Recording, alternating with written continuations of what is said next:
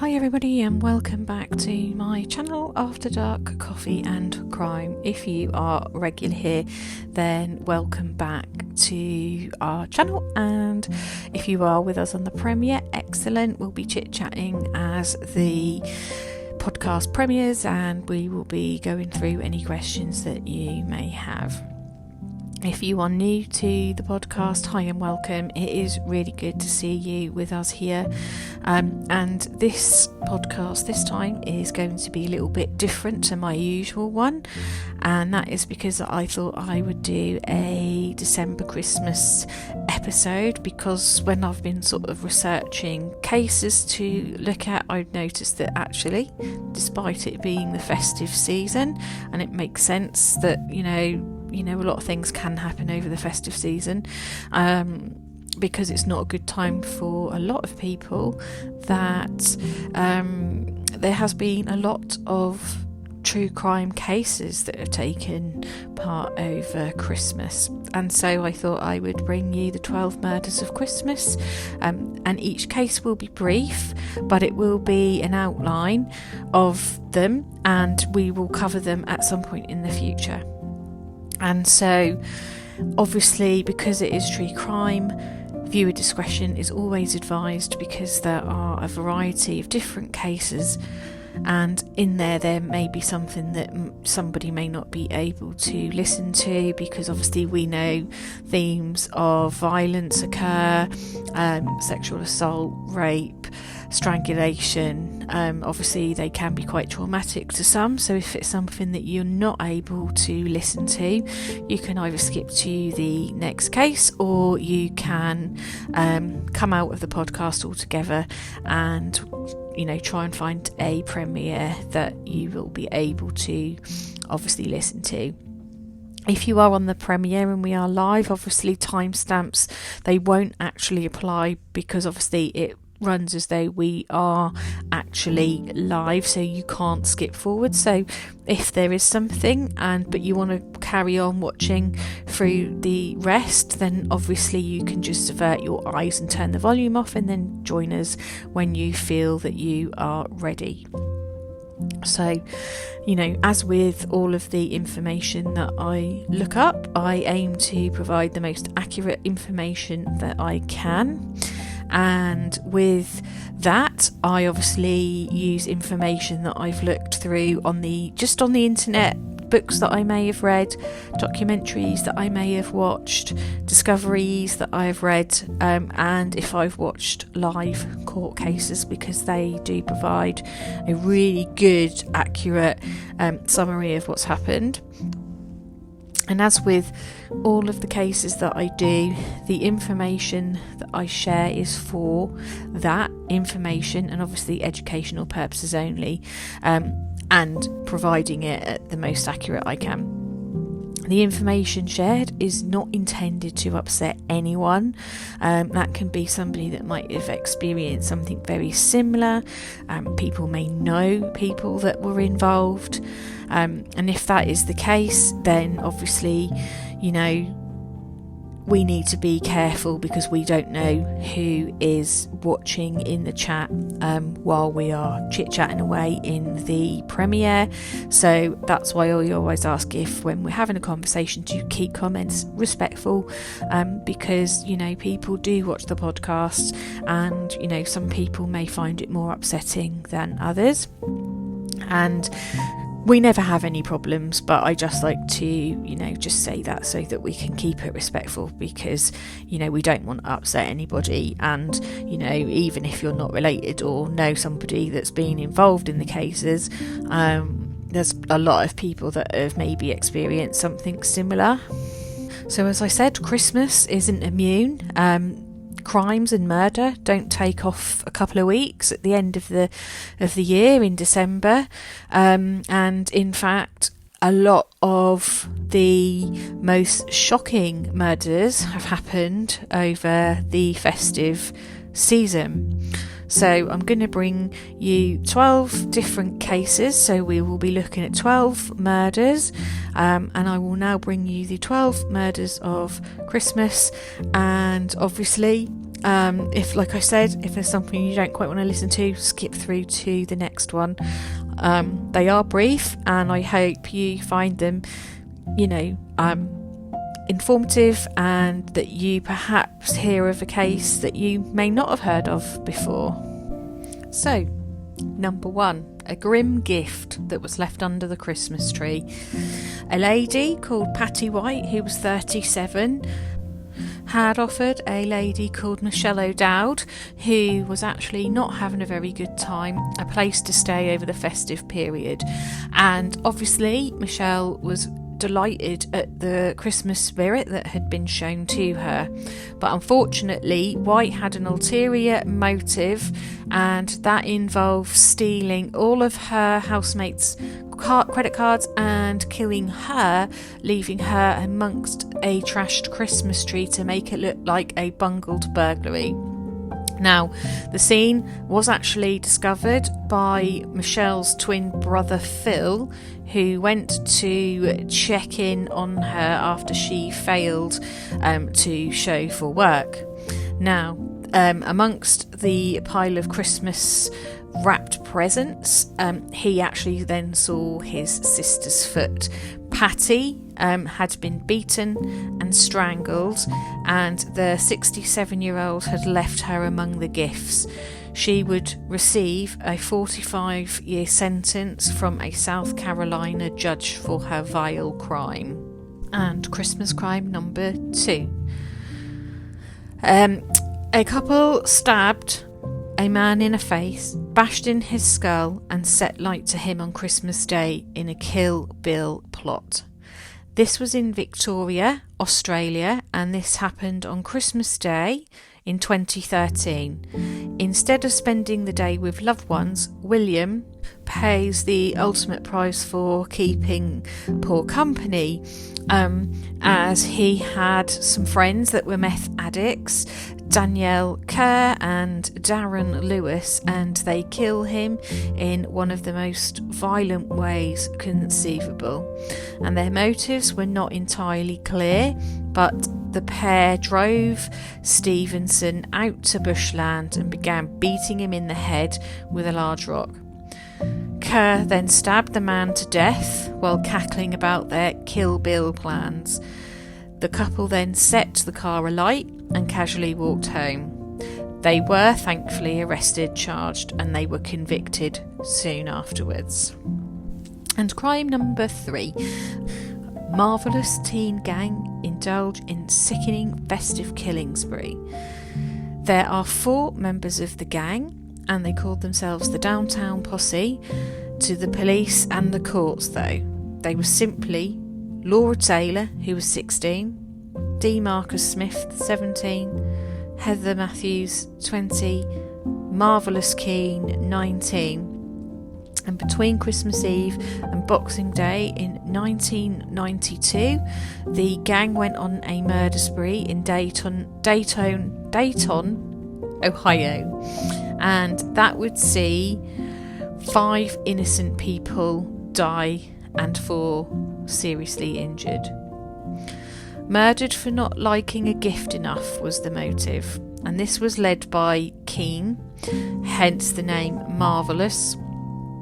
And the gang's primary motive was robbery, and things soon got out of hand as Marvellous Keane grew paranoid about snitches and effectively turned the holiday season into hunting season.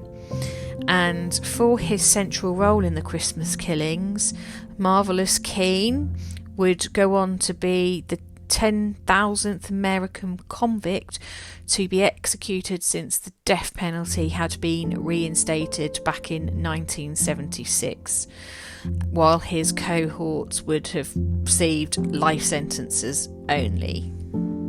And crime number 4 is the search for a missing Bristol woman, and then that turns into the hunt for her killer.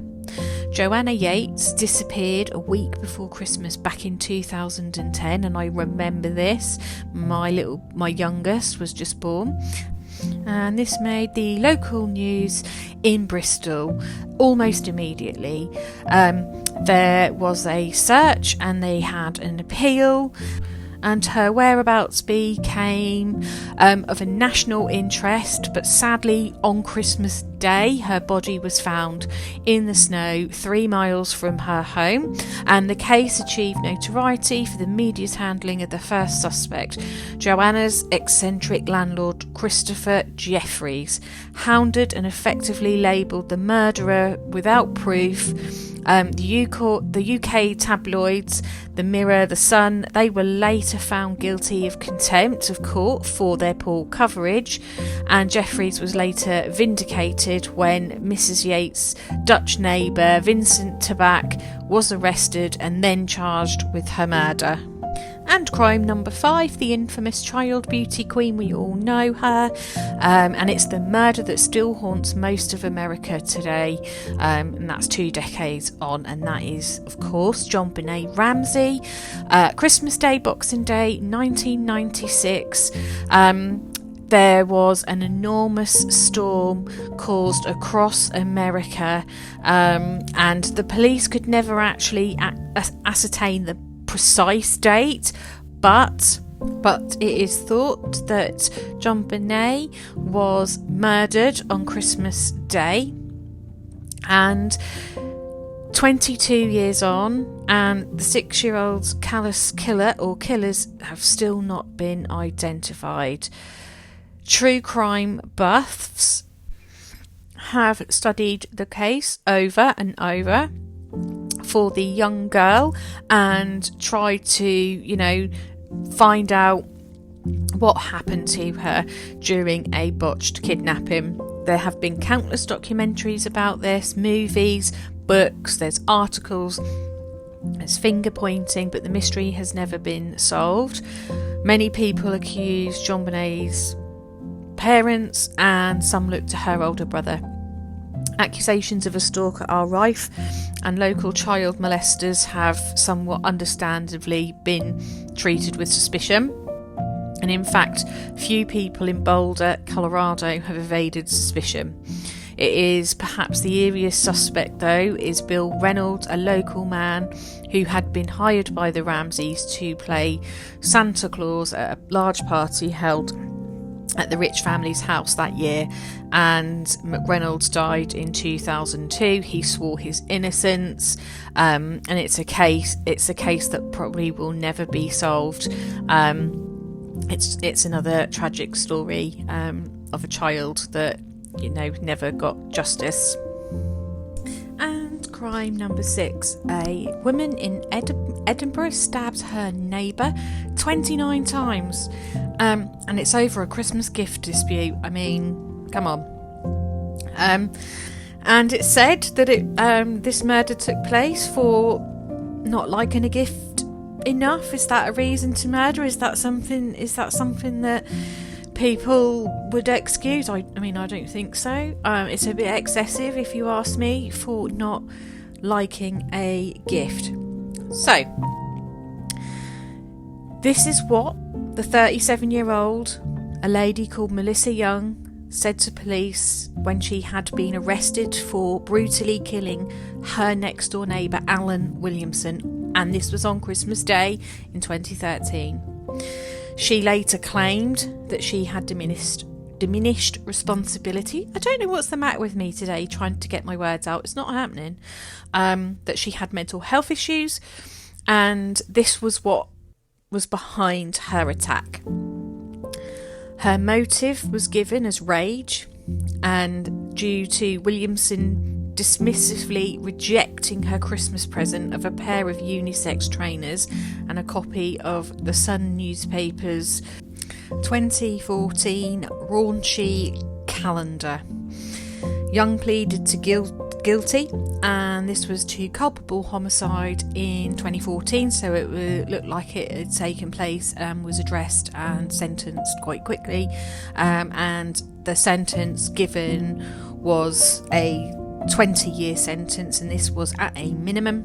And since being jailed at the women's prison, HMP Cornton Vale in Stirling, she has actually gone on to assault 2 female prison officers. So obviously, clearly there is no lessons learned. Crime number 7. This is called A Christmas Rampage, and this happened on December the 28th in 1987, so a bit of an older case. And Ronald Gene Simmons had walked into a law firm in Russellville, Arkansas, and he shot dead a receptionist who he had been infatuated with, but who had said no to advances and moves that he'd made on her. He then went into the office of an oil company, and he then shot 2 executives, killing one, and he injured the other. He then continued and drove off to a convenience store, which was a former place of work, and he'd shot 2 more people, and they did actually go on to survive.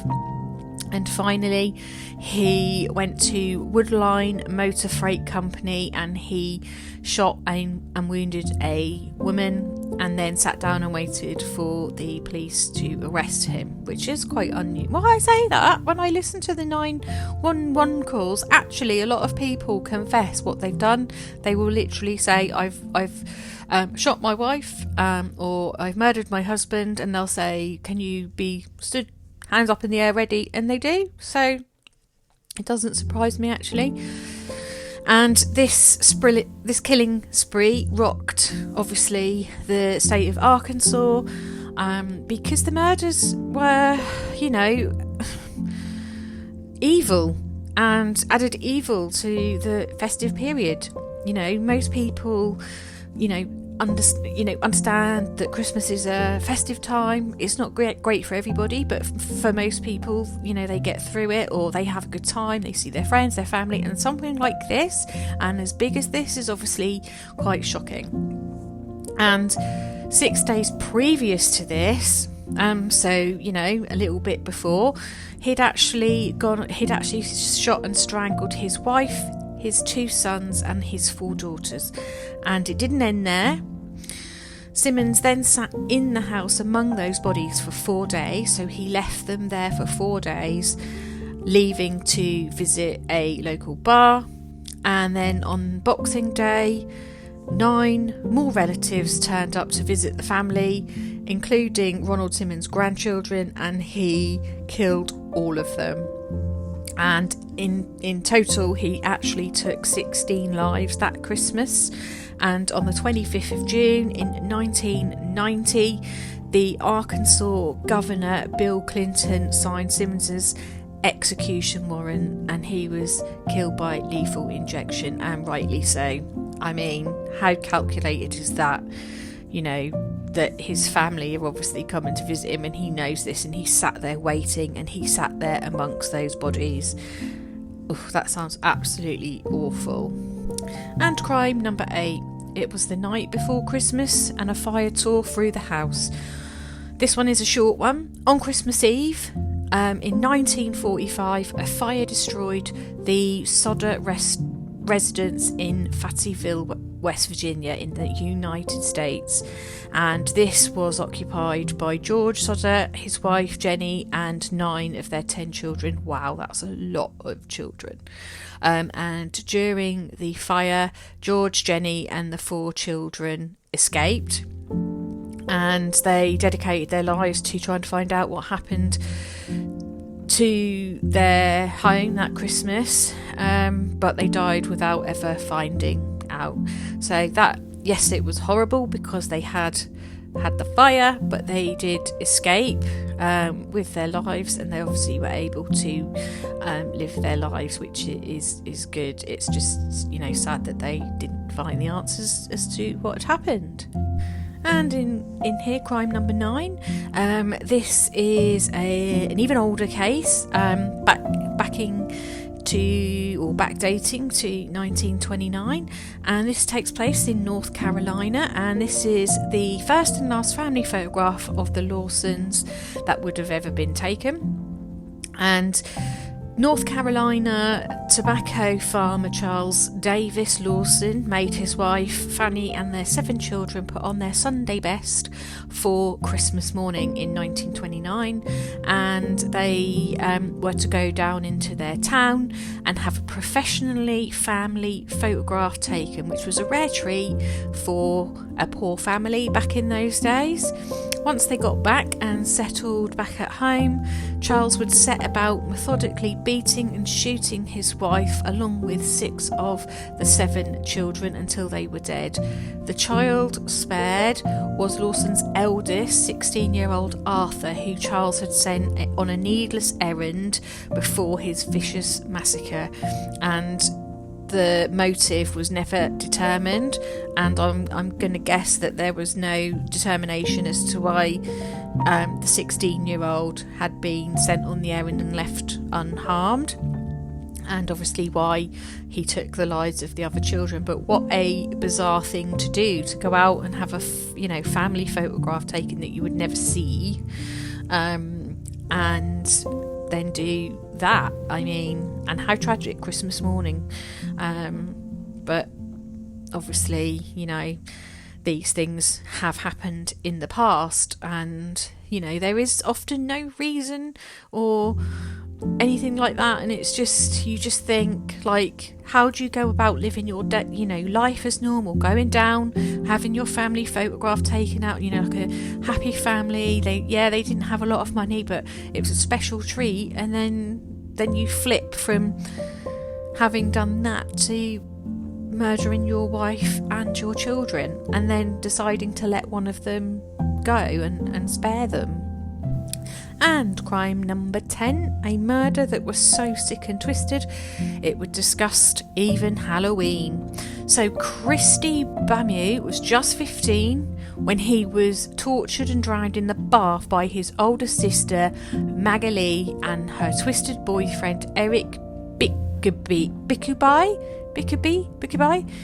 It was Christmas Day, and it was back in 2010, and the couple finally killed Christy after he had sustained 4 days of torture at their flat in Newham, London, and his body was found with more than 130 separate injuries, and the 20-something Congolese couple's excuse was that they believed Magali's brother was a witch. Eric was ordered to serve at least 30 years in prison, while Magali received a minimum of 25 years for the unimaginably horrific killing. And crime number 11, Stagger Lee and the seasonal showdown. Lee Shelton was a known criminal and a pimp who went by the nickname Stagger Lee, so that's where Stagger Lee came from. Famous now because of the folk song that he would inspire later on. Now, Shelton wasn't a man to be trifled with, as William, also known as Billy Lyons, would discover to his cost. Now, this murder took place on Christmas night back in 1895, so it's an old murder, and this was in St. Louis, Missouri. Stagger and Billy were drinking and playing cards together in the Bill Curtis saloon, where, wouldn't you know, they got into a bit of a dispute. And obviously it's sort of, country and western, and so Lyons snatched Stagger's Stetson hat, and then Stagger drew his gun and shot Lyons dead. So that was that. There wasn't any other information on that. It was a very old case, but obviously, again, it happened over the Christmas period, and obviously there has been some information on this, but it's sort of more of a murder mystery history kind of thing. So if that's something that interests you, for sure, take a look at that, because I know some people do like old true crime. And crime number 12, the Santa Sue slaughter. It was Christmas Eve in 2004 in the small city of Covina, just outside Los Angeles. Parties, obviously, like they do yearly, would dominate the neighbourhood. Now, 1129 East Knollcrest Drive, had around 25 friends and family. They were enjoying each other's company. They were, having a good time, and then they had a knock at the door. And then standing on the other side of the door was Santa Claus. At least that's what the young girl who was just 8 years old thought when she answered the door, but it wasn't Santa. It was a man called Bruce Jeffrey Pardoe, and the unstable and violent ex-husband of one of the women at the party had a 9mm pistol in his hand and a flamethrower in the other. I'm still struggling with my words here. And he'd had a further 3 handguns in his possession. Cruelly and methodically, he went about shooting everyone in his sight before setting alight to the house. 9 people died and 3 were badly injured. Pardoe left, driving to his brother's house some 30 miles away, and he had planned to detonate a series of handmade explosives and make an escape to Canada, but the fire had caused his Santa suit to melt on him, causing him severe 3rd-degree burns. Serves him right. So instead he put a bullet to his head, I'm guessing because obviously he's not going to be able to get medical help either, and therefore ended his life. So again, whether that some people might see him taking his own life as justice and some may not, but it brought that to an end, and obviously he wasn't tried. So that concludes the 12 crimes for Christmas, or 12 murders of Christmas. I don't know if they're crimes people have heard of, not heard of. Hopefully you have heard, you might have heard of a crime that you've not heard of before and may want to go and have a look into it. And some of these will be ones that will get covered in the podcast at some point in a lot more depth. But hopefully there was some information in there that perhaps maybe you didn't know. If there was something that you had heard, I know they were very brief, but I thought it would just be a little bit different to do something not deep and so heavy just before Christmas. So I hope you found that interesting, and I look forward to seeing you all very soon. And if I don't see you before, I hope you have a fantastic Christmas and enjoy your family and friends. And if you see something, say something, because nothing is ever too small. And I look forward to seeing you soon. Bye for now.